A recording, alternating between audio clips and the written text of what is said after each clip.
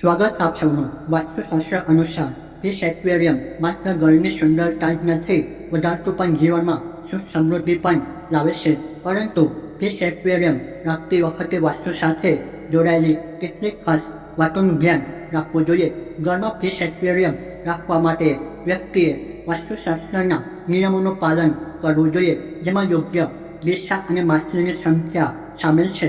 એવું માનવામાં આવે છે કે તેનાથી પરિવારમાં ખુશીનું વાતાવરણ બને છે, પરિવારના સભ્યો વચ્ચે પ્રેમ અને સંવાદિતા વધે છે અને જીવનના દરેક ક્ષેત્રમાં સફળતાનો માર્ગ સરળ બને છે. આ સાથે નાના પ્રવાહ માટે નવા રસ્તા પણ ખુલે છે. ઘરે માછલી ઘર કેવી રીતે રાખવું જોઈએ? ઘરની દક્ષિણ દિશામાં માછલી ઘરનું એક્વેરિયમ રાખવું શુભ માનવામાં આવતું નથી. વાસ્તુશાસ્ત્ર અનુસાર આ સોનેરી માછલીની સાથે એક કાળી માછલી રાખવી એ શુભનું પ્રતીક છે.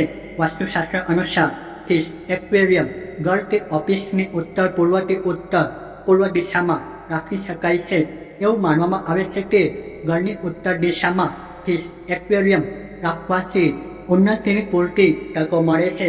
ઘરની પૂર્વ દિશામાં ફિશ એક્વેરિયમ રાખવાથી જીવનમાં ખુશીઓ આવે છે. વાસ્તુશાસ્ત્ર અનુસાર બેડરૂમમાં ફિશ એક્વેરિયમ ન રાખવું જોઈએ. વાસ્તુશાસ્ત્રમાં માછલી ઘરમાં 8-9 માછલીઓ રાખવી શુભ માનવામાં આવે છે.